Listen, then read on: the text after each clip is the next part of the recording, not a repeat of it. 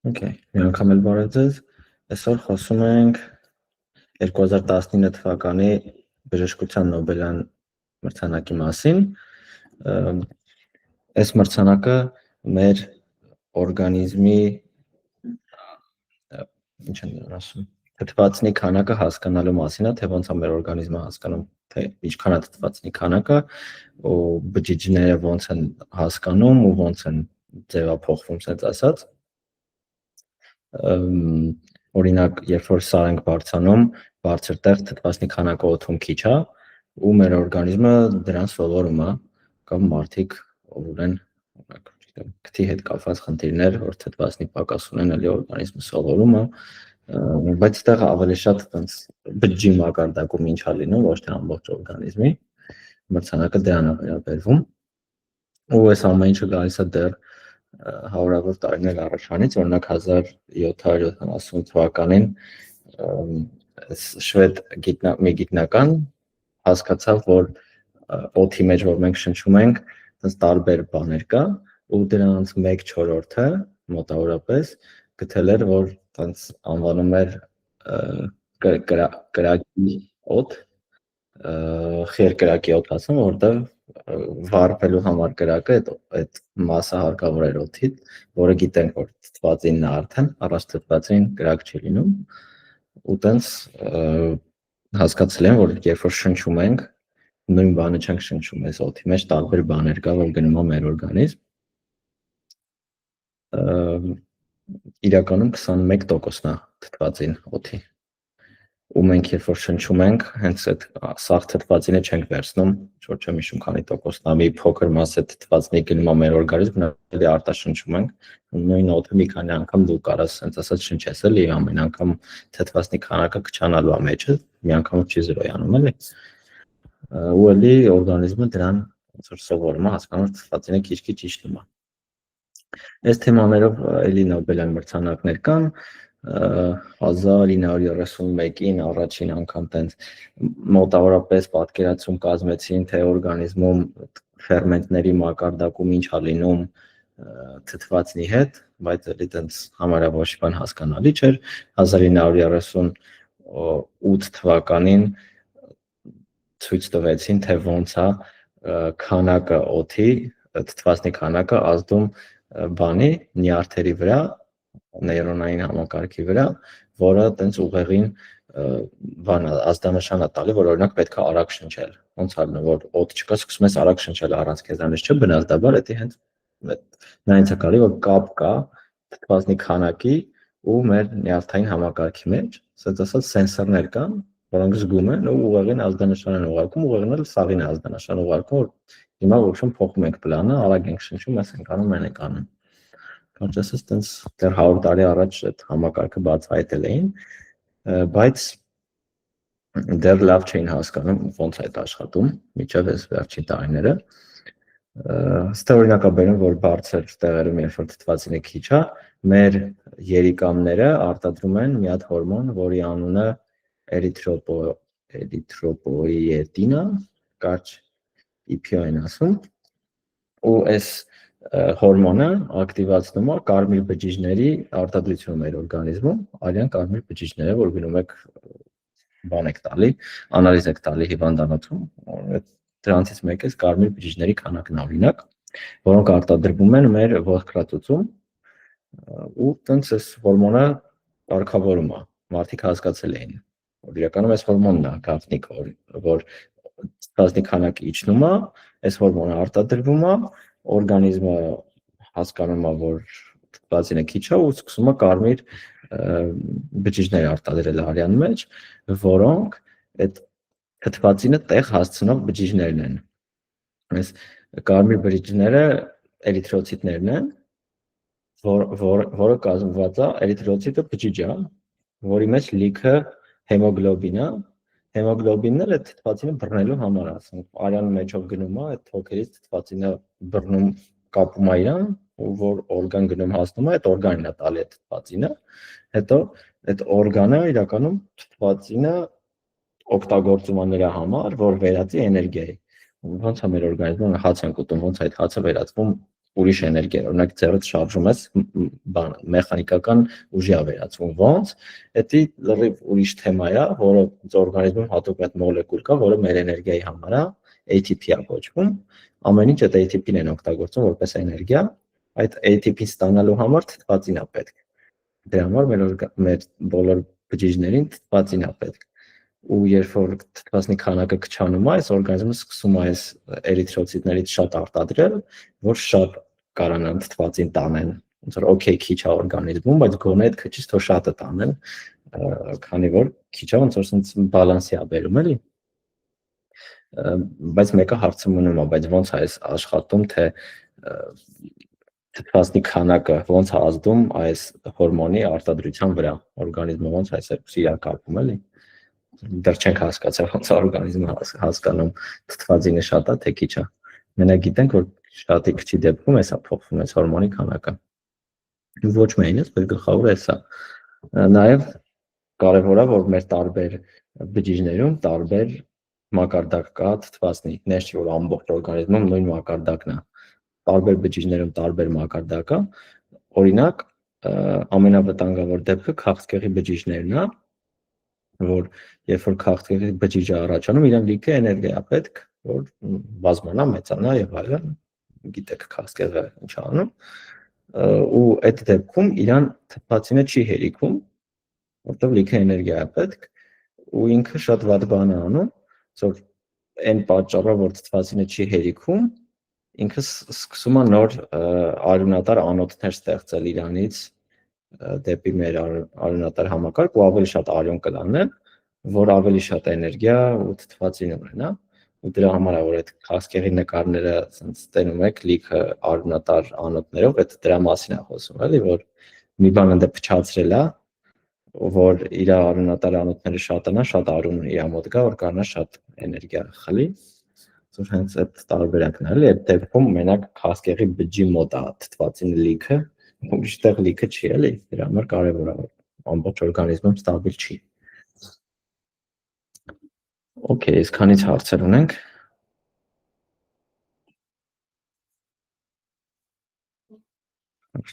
Ես ինչ եմ ուզում հասկանալ, որ այսինքն այն դեպքում, երբ որ էրիթրոցիտները քիչ են լինում այրան մեջ,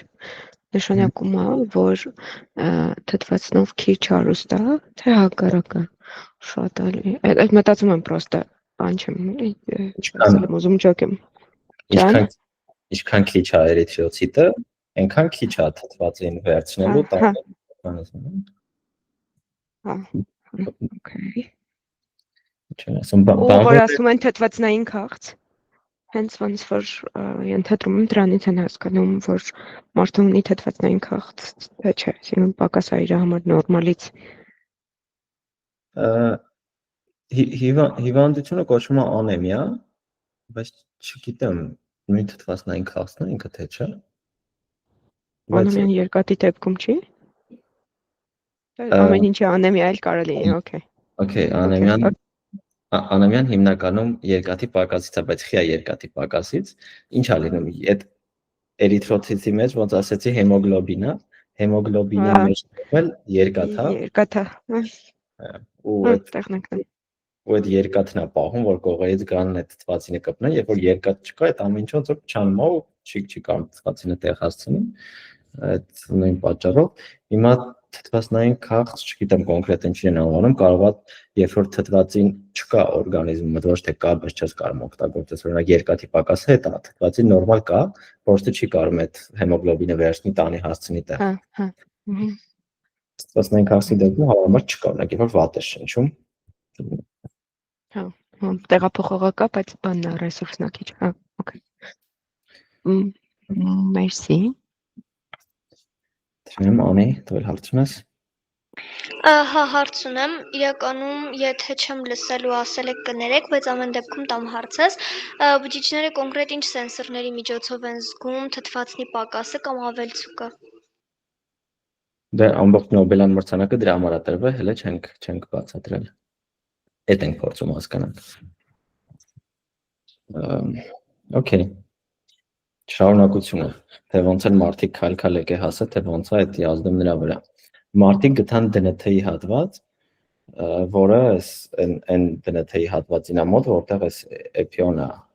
արտադրվում, ու այդ հասկացան, որ այդ DNT-ի հատվածը ազդում է բանի վրա, այս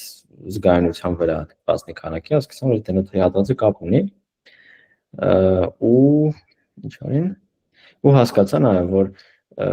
այս մեխանիզմը մենակ այն բջիջներում չի, որտեղ արտադրվում է այս հորմոնը, այլ մեր օրգանիզմի բոլոր հյուսվածքների բջիջներում համարյա կա, այսինքն ինքը ընդհանուր երևույթ է, ոչ թե մենակ այդ մի հատ բանին է վերաբերվում։ Ու հետո այս գիտնականները գտան այս HIV սպիտակուցը, որը այս առաջին բառը հիպոքսիան է, հիպոքսիան այն է, երբ որ թթվածինը կչանում է օրգանիզմում, անվանում են հիպոքսիա, ու այս տեսան, որ այս HIV-ը շատանում է այն ժամանակ,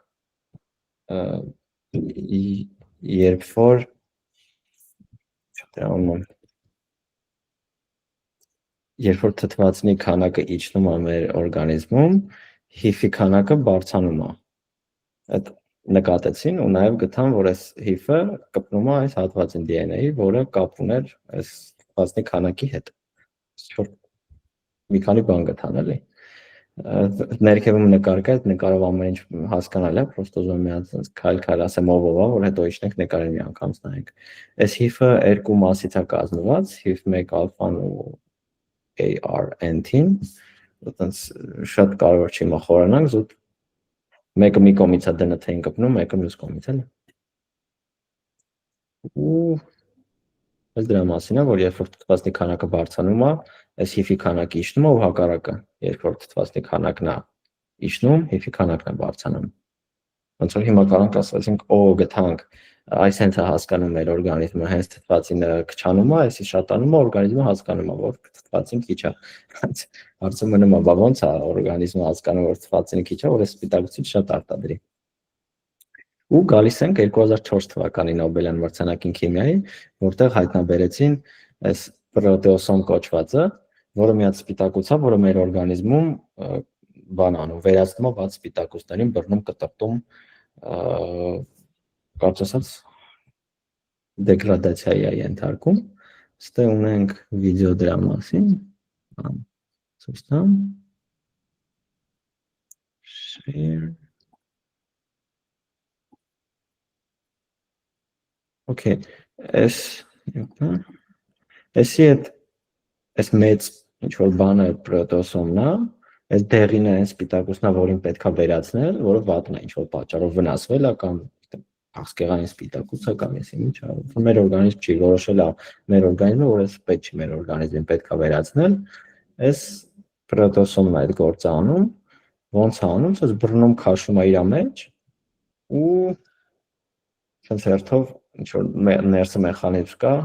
սպիտակուցը քաշում է, ներքևի մասում էր, այդ ամեն մի ամինաթթուն բռնում կտրտում է, մի հատված չի դառնում, այլ երկու ամինաթթու երկարություն կամ 5 կամ 10 ինչ-որ տես չափ կա։ Սա էս ներսի հատվածն է, քիմիական ռեակցիա անում, կապը կտրում է, ինչ-որ sense հերթով բարակ կտրտում է։ Երբ որ կտրտում է սպիտակուցը, ոնց որ ինքը անիմաստ բան է դառնում, հետո օրգանիզմում արդեն օրգանիզմը էլի է օգտագործում, չեմ տարմավի սպիտակուցների սարքելու մեջ է օգտագործում կամ էներգիա ստանում դրանից, չգիտեմ, տարբեր բաներ անում։ Այս հետ անիմացիան դրա, բայց ստե գլխավոր հարց,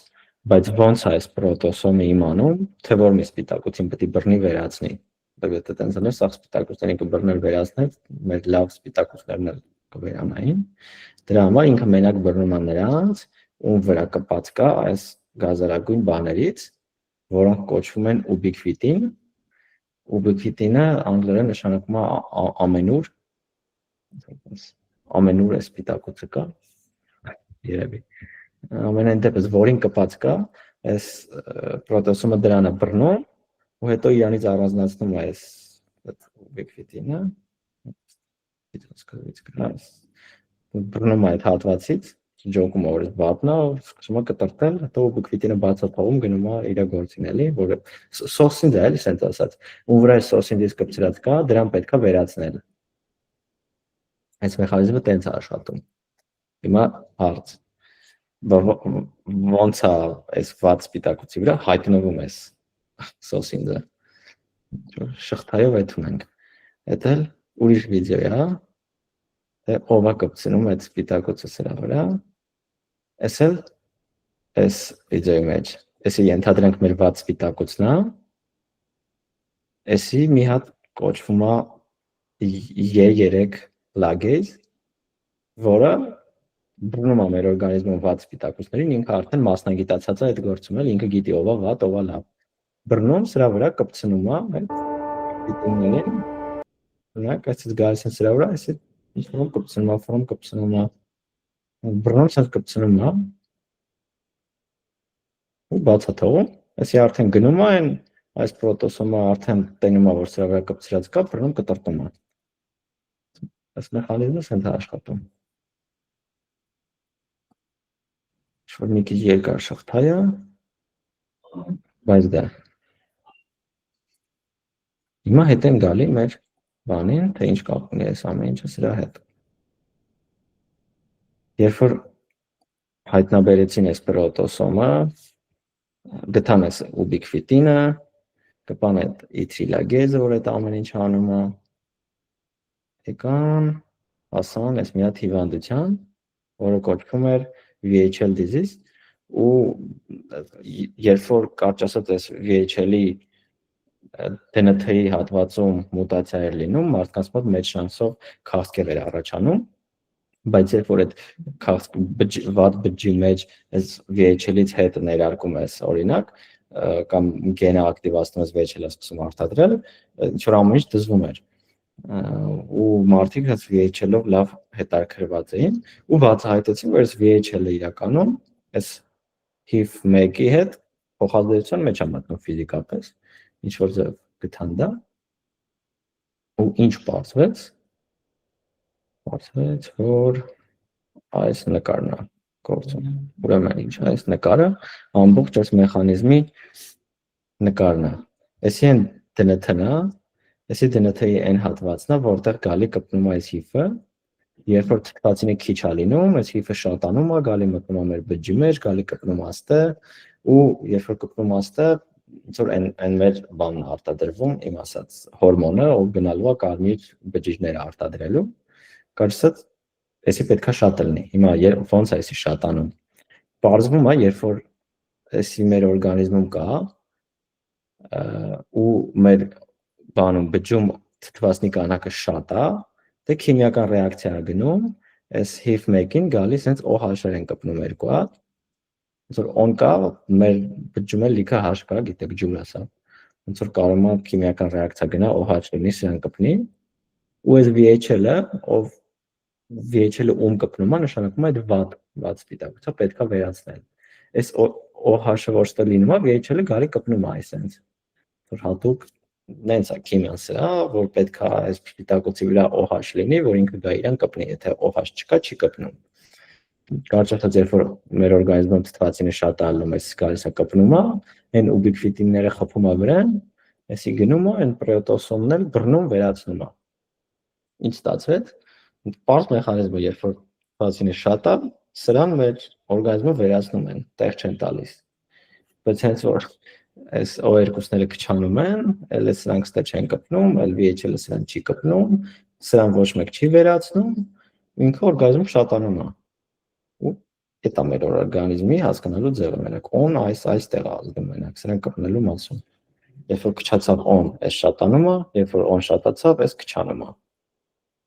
Ու դրանից կախված մեր օրգանիզմը արդեն ինչ անում է, օրինակ այդ կարմիր բջիջների արտադրելը։ Ու սրանից բնականաբար ստե գրած է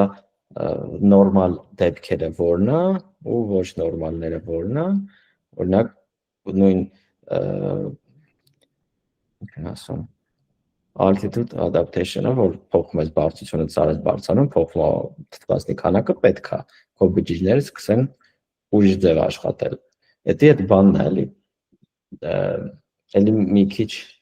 գալիս ենք էպիգենետիկայի մասը, որ օքեյ քո DNT-ի մեջ կա լիքը հատվածներ, բայց իրանք կախված են շրջակա միջավայրից, կակտիվանան, թե չեն ակտիվանա։ Երբ որ դու բարձրանում ես սա, քո ծվածինը քչանում է, հետեւաբար այս HIV սպիտակուցը շատանում է ու այդ գնում է կպնում է DNT-ի նենց հատվածների, որոնք պետք է ակտիվանան, ու DNT-ի այդ գեները ակտիվանում են, ասած ասած։ Դրա համար է կարևոր հասկանալ, որ գեները տես պրոստը նես չէ կամ չկա, այլ շրջակա միջավայրից կախված իրենք ակտիվանում են, пассивանում են։ Այս դեպքում որոշ գեներ ակտիվանում են, որոշ գեներ пассивանում են, դրա համար օրինակ, չգիտեմ, կարող է վախենալուց սկսում ես արագ շնչել, որ բնականաբար թթվածնի քանակը շատանա, որ կանան մկանները աշխատեն, միաժամանակ դե ինչ-որ գեներ են ակտիվանում ինչ-որ սպիտակուցներ արտադրելու, այդ գործընթացը դա շղթա է ուղղակի, էլի, որոշ մասեր ուղեղն է կառավարում այդ նյարդային ազդակների միջոցով, որ նյարդային ազդակը տալի, ինչ-որտեղ ինչ-որ բան է ակտիվանում, որոշ բաները ասենց սպիտակուցային մակարդակում են, որ շատանում քչանում են, դրանից կախված օրգանիզմը որոշ բաներ են փոխվում։ Օրինակ ցիրկադիան ռիթմերի ժամանակ որ քննարկում էինք, էլի ինչ որ գիշերը ինչ որ սպիտակուց է շատանում, ցերեկ այդ սպիտակուցը քչանում է, ու այդ լույսի ազդեցության տակ է լինում, դրա համար մեր օրգանիզմը, մեր բջիջները մոլեկուլային մակարդակում, բջջային մակարդակում գիտեն, հիմա մութ է թե լույս է, ու դրանից կախված գիտեն դու քնած ես թե քնած չես, ու տարբեր ձև են իրենց պահում։ Okay. Այս քանից հարցեր։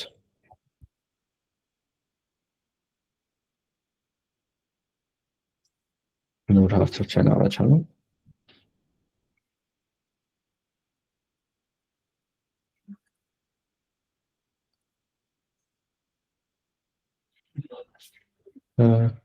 Ես էլ վիդեո չունեմ, նկարել չունեմ։ Արտաշաշ։ Բարև ձեզ։ Ես չեմ հասկանում, որ ասում եք գնում են կպնում են գենի այդ հատվածին, այդ հատված ասվածը որն է, էլի։ Մեսա նկարի այս հատվածն է օրինակ, որը պատասխանատու է այն հորմոնի արտադրման համար, ու իրան ակտիվացնել է։ Երբ որ կպնում է, ակտիվանում է։ Ու ոնց որ կարող է ակնհայտ չի ոնց է ակտիվանում, խի է ակտիվանում եւ այլն, բայց էլի այդտեղ զուտ քիմիա է, կամ էլ սովորական բան փակելու կամ բացելու մեխանիզմ, օրինակ երբեմն կպնում են, որ пассивացնեն։ Դա ինչ որ մեկը պետք է գա DNT-ն կարդա, ինքը կպնում է, չի թվում ոչ մեկ կարդա ու пассивացնում է գենը։ Որոշ դեպքերում կպնում է ու հատուկ ինչ որ քիմիական նյութեր է հետը լինում, որ ակտիվացնում է DNT-ի այդ հատվածը։ Ես կարամ ասեմ, որ այս հատվածում թե այս VHL-ի պես ուրիշ լիքը մի 300 հատ պրոտեին կա, որը էլի այս նույն բանի համար է պատասխանատու, պրոստը ամեն մեկը ուրիշ տարբերված սպիտակուցներ են ճանաչում, բայց երբ որ քո օրգանիզմում կա սպիտակուց, որին ոչ մեկ չի ճանաչում այս իթրիլագեզներից, VHL-ը իթրիլագեզի մի հատ տեսակ է, էլի։ Մարդիկ ստեղծում են դեղեր,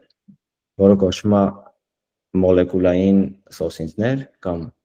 պրոտակներ,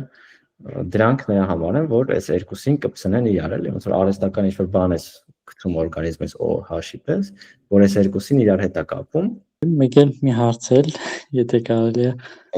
եթե գենի այդ հատվածը մուտացված է լինում, անձնական հիվանդությունները ինչից կան առաջանան, գենի այդ հատվածի մուտացիայից, թե պրոտեինների քանակից, թե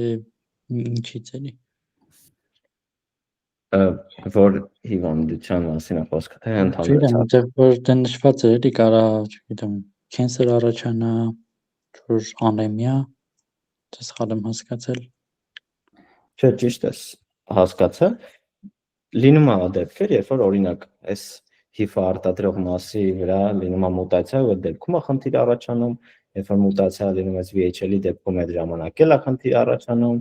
ու ոնց որ ցանկացած DNT-ի հատված, որը այստեղ խաղում է դեր, երբ որ մուտացիա լինի, խնդիր է առաջանալու այդտեղ։ Բայց ուրիշ տարբերակներ բնականաբար կան։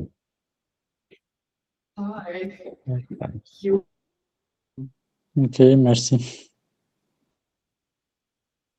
Ես մենակ կարամ թեմայից դուրս մի հատ հարց տամ։ Ես չեմ հասկանում ոնց են հասկանում, ոնց է գենը հասկանում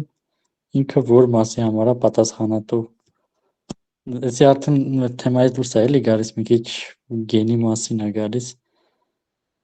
Կառուցվածքը անհասկանալի է էլի, օրինակ խիա այս հերթականությունը վերաբերվում այս ֆունկցիային, այս հերթականությունը այս ֆունկցիային։ Մի վարքյան նկարեցրիչ տամ կհասկանաս։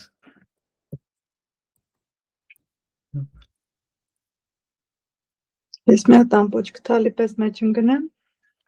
Իհարկե։ Գենը ինչ-որ ֆունկցիայի համար չի պատասխանատու։ Գենը այդ DNT-ի են հատվածն է, որը ինչ-որ սպիտակուց է կոդավորում, այսինքն ուղղակի այդ հերթականությունը գրած է ինչ-որ սպիտակուց կոդավորելու համար, երբ որ ինքը ակտիվանում է, ինքը ընդհանրապես այդ սպիտակուցն է իրան կարդալով այդ սպիտակուցն է արտադրվում։ Ու հետո արդեն սպիտակուցը բնականաբար որոշակի ֆունկցիա ունի իր 3D կառուցվածքից ելնելով, բայց նես չի էլի, որ DNK-ն նստում ասում է, ես պատասխանատու եմ այս ինչ բանի համար, չգիտեմ, արտաքին գործերի նախարարն եմ այս բջջի։ Կարամ ասեմ, որ գենը ալգորիթմ է, որը տարբեր սպիտակուցների հետ տարբեր ձևով կերպավարվում։ Գենը տեքստ է։ Գենը կոդավորված տեքստ է, որը կոդավորում է սպիտակուցների մասին ինֆորմացիա։ Ձեր օրգանիզմում ինչքան սպիտակուց կա, ինքը ինչ որտեղ դեր DNK-ի վրա գրած է։ Դա այս պահի դրությամբ պարզ եւ ամենահեշտ բանն է, ֆունկցիան է DNT-ի։ Ինքը մի անգամ միանշանակ ունի նաեւ շատ ուրիշ ֆունկցիաներ, որոնք այդքան են պարզ չեն ոնց է աշխատում, կամած են պարզվում, բայց այդ կոդավորման մեխանիզմը հստակ պարզ է եւ հայտնի է նաեւ այն լեզուն, որով DNT-ն թարգմանվում է սպիտակուցի։ Ամեն 3 իրար հաջորդող նուկլեոտիդ կոդավորում են մի ամինաթթու։ DNT-ն ընդհանուր կառուցված է 4 տարբեր նուկլեոտիդներից, ամինաթթուները 20-ն են։ Դրա համար կան տրիպլետներ, որոնք կրկնվում են, բայց երևի շատ են բանանում։ Ոնց որ ընդհանուր միտքը ասեցիք, այնա вообще գենը ասվածը ինքը այն հատվածն է DNT-ի, որը սպիտակուցա կոդավորում։ Օրինակ այս նկարում, չգիտեմ, DNT-ի ինչ որ հատված է, ոնց տենում եք, դա ինչ որ կոդ է, դեղին կապույտ, դեղին կարմիր, դեղին կապույտ։ Դա ոնց որ ցույց է տալի, որ այստեղ ոնց որ սպիտակուցի առաջին ամինաթթուն, չգիտեմ, D ամինաթթուն է, երկրորդը C ամինաթթուն է, երրորդը B ամինաթթուն է եւ այլն։ Սենց հերթականությամբ ու ստեղ ինչ որ ծերեր կա, որ եթե, չգիտեմ, ստե AAC է, նշանակում է սպիտակուցի սկիզբն է։ Եթե ստե վերջում, չգիտեմ, BBC է, դա նշանակում է սպիտակուցի վերջն է, ու ով գալու է կարդա այս սպիտակուցը Տերմինալ կոդոններ։ Այո, բարդ անուններ են մարդիկ դրել, որ գալի կարդում է, այս սկիզբն է, կարդում է, գալիս է վերջն է, ու սրա մասին մենք մի 2-3 հատ նոբինար ունենք, թե ոնց այս DNT-ից գալի RNT առաջանում, խի առաջանում RNT-ը ոչ թե միանգամից սպիտակուց, հետո այս RNT-ն ոնց է գնում, որ RNT-ն կոպիանում DNT-ի կոդը, նույն կոդը վերցնում է, ելնում գնում է գործարան, որտեղ պետք է սպիտակուցը արտադրվի, սկսում է արտադրել, իրան կպնում են, սկսում է սպիտակուցը արտադրել, բայց մենակ սպիտակուցներ չի մեր DNT-ում կոդավորված, լիք ուրիշ բաներ կա, օրինակ մեր նախորդ նոբինարներ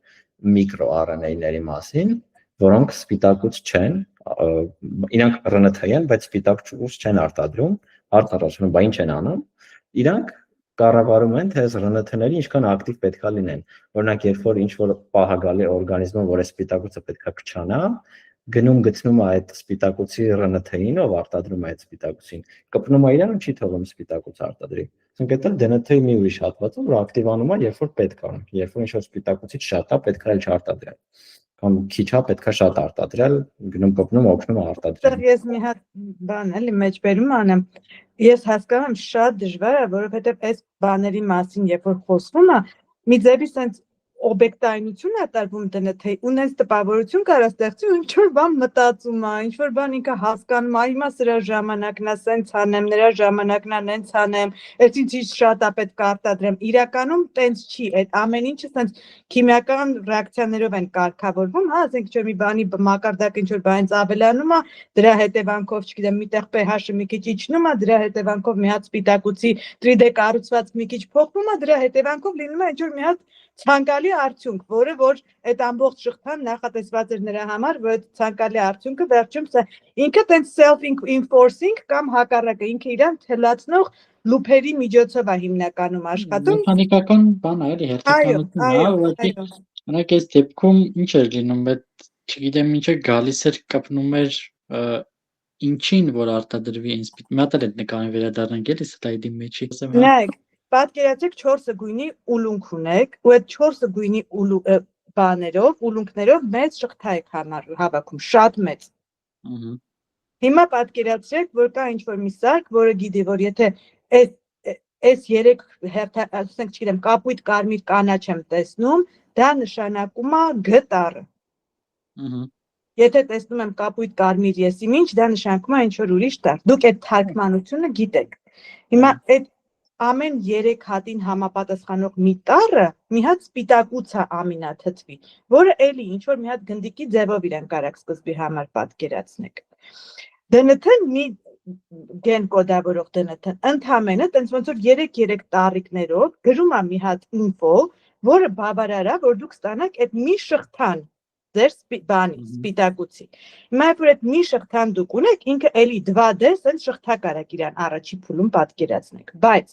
քանի որ ամինաթթուների մեջ իրանք հատուկ սենց գիդրոֆոբ եւ գիդրոֆիլ են, то есть մասնիկներ կան իրանց մեջ, որ ջուր սիրում են, մասնիկներ կան, որ բան են անում, անմիջապես արտադրվելուց հետո ինքը դառնում է ինչ որ 3D կառուցվածքի է վերածվում նենց, որ իր գիդրոֆիլ մասերը լինեն դեպի դուրս, ջրի հետ շփվեն, գիդրոֆոբները մնան մեջը։ Դրա հետևանքով ինքը շատ որոշակի 3D կառուցվածք է ստանում։ Այդ 3D կառուցվածքը իրական հենց ապահովում է իր ֆունկցիոնալությունը հետագայում։ Այս են որ սենց ամենատարական առաջնային բանն է, որ այսքանը պատկերացնեք, լիքը բան արդեն դալշա Արտուրի ասածներից կհասկանաք DNT-ի մասին։ Okay, հիմա այս դեպքում ինչ էր լինում, այս մտնայեմ։ Ես ցավոք շացել եմ դրա համար չեմ կարող։ Հա, սիֆը գալիս էր կպնում էր հասնում էր գենի մոտ։ Ենթադրում եմ ինքը ինչ որ գալիս է, ինչ որ գենի սկզբին նստում է, այդ սկզբին նստելն էլի լինելու է մեխանիկական ինչ որ բանի հետևանքով, հա։ Ասենք իր ծերին լինելու է 3 հատ ամինաթթու, որը կոմպլեմենտար կերպով կպնում է սրա սկզբին եղած 3 հատ ամինաթթվի հետ, իրանք իրար են մենակ կպնել, ուրիշտեղ ինքը չի կարա կպնի։ Գալիս է կպնում է, այդտեղ այդ double helix-ը մի քիչ բացում է, սկսում է այդ բան եմ անում, սպեկուլյացիա եմ դեռ չեմ լսել։ Սկսում է այդ սպիտակուցը բան անել, արտադրվել։ Արտուր ջան, դուք ինչ-որ բան կավելացնեք դրա դեպքում։ Հաջող էր սպեկուլյացիաս։ Այստեղ որ ասում է, որ ասացիք HIV-ը օգնում է ոնց որ արտադրում է, ոնց որ ինքը արտադրողը չի է, ինքը պրոստը օգնում է, որ այս DNT-ն ակտիվանա։ Թե ոնց է ակտիվանում, դա էլի, չգիտեմ, ուրիշ Նոբելյան մրցանակի պատմություն է, էլի ոնց են ցույց տվել, թե ոնց է ինչ որ սպիտակուց ինչ որ գեն ակտիվացնում կամ пассивացնում, զուտ պետք է ընդունել, որ կարա ակտիվացնի ու пассивացնի։ Դրա նոբինարը կա թե չէ։ Դրա նոբինարը չկա դեռ, բայց այս սպիտակուցների մասին այս 24 թվականի քիմիայի Նոբելյան մրցանակներ, որ տվեցին բանին Google-ի DeepMind-ին, որ արհեստական բանականությամբ այդ պրոտեինների, սպիտակուցների 3D կառուցվածքներ։ Տեսել եմ դա։ Այդ դրա նոբինարը մենք արել ենք, բայց չեմ ձայնագրել, երևի պետք է մի անգամ էլ անել, ձայնագրել, գցել YouTube, որ գոնե ոնց որ այդ նոբինարով կանք սպիտակուցի մասին հասկանանք ինչա սպիտակուցը, հետո երևի մի հատ էլ նոբինար կարելի է անել հենց DNT-ի ու RNT-ի կառուցվածքների մասին, երևի որ այդ կառուցվածքներին ծանոթանում եք, մնացածը ավելի հեշտ հասկանալի դառնում էլի, բայց երբ որ օրինակ մի քանի տարի առաջ ես սպիտակուց ասելով հասկանում էի ցենք ձվի սպիտակուց, երբ որ սպիտակուց են անում, սպիտակ ձվի սպիտակուց են պատկերացնում, ու դրանով շատ դժվար է շարունակել հասկանալ ինչը ոնց է լինում։ երբ որ կառուցվածքը հասկանում ես, դա ինչա սպիտակուցը, ինչա դենթը, ոնց ամեն ինչ շատ ավելի པարզ է դառնում։ Ես այս Արտաշեսի հարցը շարունակեմ։ Դու ասում ես ոնց որ գալիս է դենթի բանին ակտնում, այդ մասին ակտնում։ Այնքը ոնց է իմանում այդ մասը որն է։ Այսինքն սկզբից մինչև վերջ ստանը անում հասկանում եմ որ դեռ կգտնի, թե էլի ես այս հասկանալ բառն եմ բանանում, բայց մի քիչ Որովհետեւ այդ հասկանում եմ դենթի այդ ամբողջ շղթային մի մասին է ինքը գտնում, ոչ թե ամբողջին է։ Ամբողջն է իրան կոդավորում։ Ինքը հենց այդ է, օրինակ սպիտակուցը ոնց ասեցինք 20 հատ ամինաթթվից է կազմված տարբեր։ Հիմա երբ որ օրինակ ես մի քանի ամինաթթուն իրար կողմ ես դնում, իրանք մենակ կարողանալու են գնան կպնել ինչ որ հատուկ դենթի կոդի հատվածի ու իրանք հատած ոնց որ անկապ պատտվում են դենթի կողերով ու երբ որ հանդիպում են կպնում են ու հավանաբար այս դենթն հատուկ մի տեղ չի բանում մի քանի տեղ տարբեր տեղեր կարա կպնի կամ իրանից է շատ օրինակ խի է շատանալու դեպքում էս լինում օրինակ կարանք ասենք օրգանիզմում մեկ այս հիֆը կա չէ օրինակ շատ է քիչ այնչ տարբերություն մի հատ էլ լինի կգա կկպնի բայց չէ ոնց որ հենց պատահականությունը տեղ է աշխատում հավանականությունը երբ որ մեր թթվածինը քչանում է սրանք շատանում են օրինակ 20 անգամ շատանում են հավանականությունը որ կկպնի այս հատվածին 20 անգամ մեծանում է որովհետև շատ է ինչ որ մեկը ոնց էլ չլինի կկպնի ու սկսում է Հավանական կպած ժամանակն է 20 անգամ շատանում։ Այդ ինձ թվում է շատ կարևոր պարամետր է տենց բաներ բանանելուց, թե լիգանդին միջինում ինչքան ժամանակ է իր բանալին կպած։ Այո, ոնց որ երբ որ այն դեպքում նես չի կպնում հավերժ մնում է, էլի ինչ որ ժամանակ կա կպնելու։ Ու երբ որ ինքը 20 անգամ շատ է, ավելի շուտ է կպնելու, ավելի երկար են մնալու, ոնց որ միջինում ժամանակը ավելի շատ է իրան ակտիվ պահելու էլի դրա համար մեր նախորդ նոբինարներին էլի խոսում էի հավանականության մասին որ մեր օրգանիզմում ամեն ինչ հավանականային է օրինակ կարամ ասեմ որ կա հավանականություն շատ փոքր որ որոշ ժամանակ այս սպիտակուցը չի կպնի ոչ մի դենթի օրինակ մի ժամ ու դու կմահանաս որովհետև քո օրգանիզմում ոչ մի բան ոչ մի էրիթրոցիտ էլ չի արտադրվի, տեղ չի հասնի սպիտակուցը։ Բայց դրա հավանականությունը այնքան փոքր է, որ պրոստը չի լինում, էլի ոչ մեկ տես բանից չի մահացել, ու դրա համար օրգանիզմը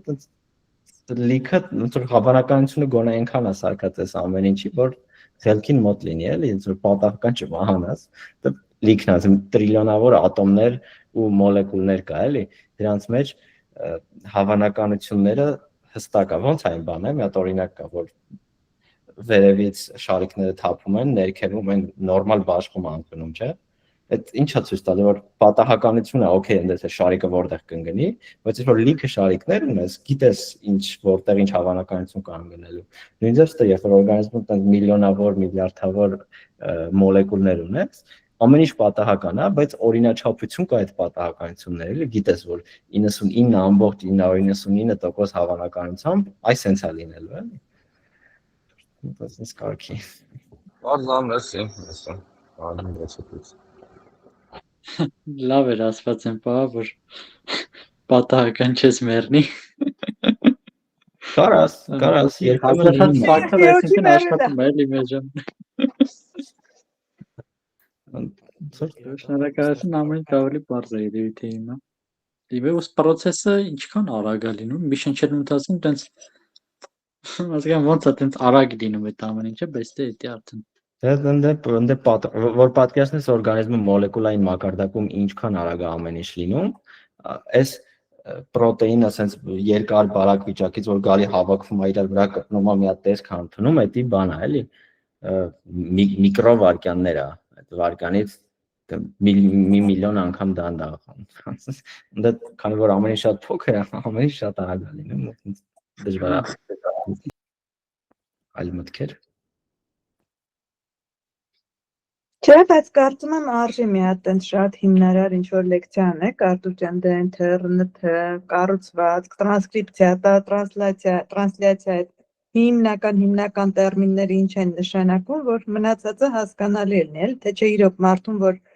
սպիտակուցը ձվի սպիտակուց է պատկերացնում, ոչինչ չի ասի ուղղակի։ Կարակ դուք անեք։ Կարամ փորձեմ, բայց Տան բաներ եմ լավ ստացվում։ Մենք փորձենք կազմակերպենք։ Okay։ Դե այսօր այսքանը։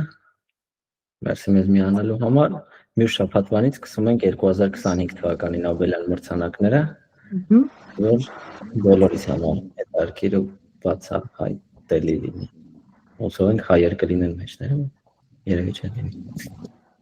Իսկ կան նոմինանտների մեջ։ Ինչա՞։ Բաների մեջ կան, նոմինանտների մեջ կան, թե չէ։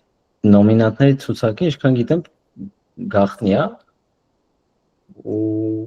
դու նայում ես, ասում են 50 տարի հետո մենակ կարան բացահայտեն, այսինքն հիմա մենք 1960-ականների բանը մենակ ունենք 70-ականների։ Չգիտեի։ Համար ուսում հետաքրքիր էր մի բան իմացակ, հետաքրքիր ոնց որ այս ամեն ինչը չեք օգտագործելու վաղը ձեր կյանքում, բայց հետաքրքրությունը գոնե բավարարվում է։ Ինձ մենակ բոլոր հետաքրքրությունը։ Ես հիմա Սապոլսկի Behave-ն եմ կարդում։ Շատ չեմ կարդացել, բայց իր մեծ բան եմ խորհուրդ կտամ, ոնց որ լավն է։ Ես Սապոլսկի խաթր ուզում եմ Ստենֆորդ գնամ սովորեմ, բայց չեմ գնա։ Իր վիդեոները նայեք, ես նայել եմ իր 90-ականների լեկցիաներ էր, ոնց որ սաղ նայել եմ, սաղ շատ լավն է։ Հաշե, ուժատ եմ։ Հա։ Ես էլ այդ սերիայից կասեի, որ Շրոդինգերը ինչ է կյանքը սկիզբն եմ կարդացել։ Շատ հետաքրքիր հարցադրում էր անում, թե այն ատոմները այդքան փոքր, մենք այդքան մեծ։ Դա շատ հետաքրքիր ձևերով վերում էր բացատրում էր էլի։ Շրոդինգերի այդ գիրքը իմ առաջին գիրքն է եղել ոչ գեղարվեստական։ Ինքը միաժամանակ շատ վատն էր, որ ոչ ոք չհասկացա, բայց միաժամանակ այնքան հետաքրքիր էր, որ շարունակեցի գիրքեր կարդալ ու տենց հիմա բավականին շատ եմ գիրք կարդում, այսինքն չի իմ մեջ առաջացրել է գիրք կարդալու ցանկությունը, բայց նես չի որ կարդաս տենց կարած բան ամես էլի, ասես շատ լավ գիրքեր։ Այսինքն կարող ես լավ չեմ հասկացել, բայց Շրոդինգերը այնքան խելացի է, դժվար է բացատրում ես, դժվար բան է։ Առնվազն սկիզբը հետաքրքիր էր, մնացածը դե դժվար կարդամ, ես կենսաբան չեմ։ Կենսաբան չի։ Այդ գրքում չկա ոնց որ տեխնիկական գիտական մասեր, ոնց որ հանգիստ կարաս միջև վերջ կարդաս։ Ասեմ, էական չի, որովհետև կենսաբան չեմ դրա համար։ Մտածում եմ այդքան չեմ ձգի էլի։ Զոհակի տենց հետաքրքիր է կոպիտ։ Ահավոր խառնել եք, թե Շրոդինգերը ֆիզիկա հավանականությունների այդ բանի քվանտային։ Այո, քվանտային մեխանիկայի հիմնադիրներից գրել է, որ խորացել է կենսաբանության մեջ։ Դրա համար հետաքրքիր ինքը ինչ է գրել էլի այդտեղ։ Կենսաբանությունը ինչ կապ ունի Շրոդինգերի հետ։ Նրանով կապ ունի, որ ինքը փորձում էր բացատրել կյանքը ինչ է, որ ինքը էր բացատրել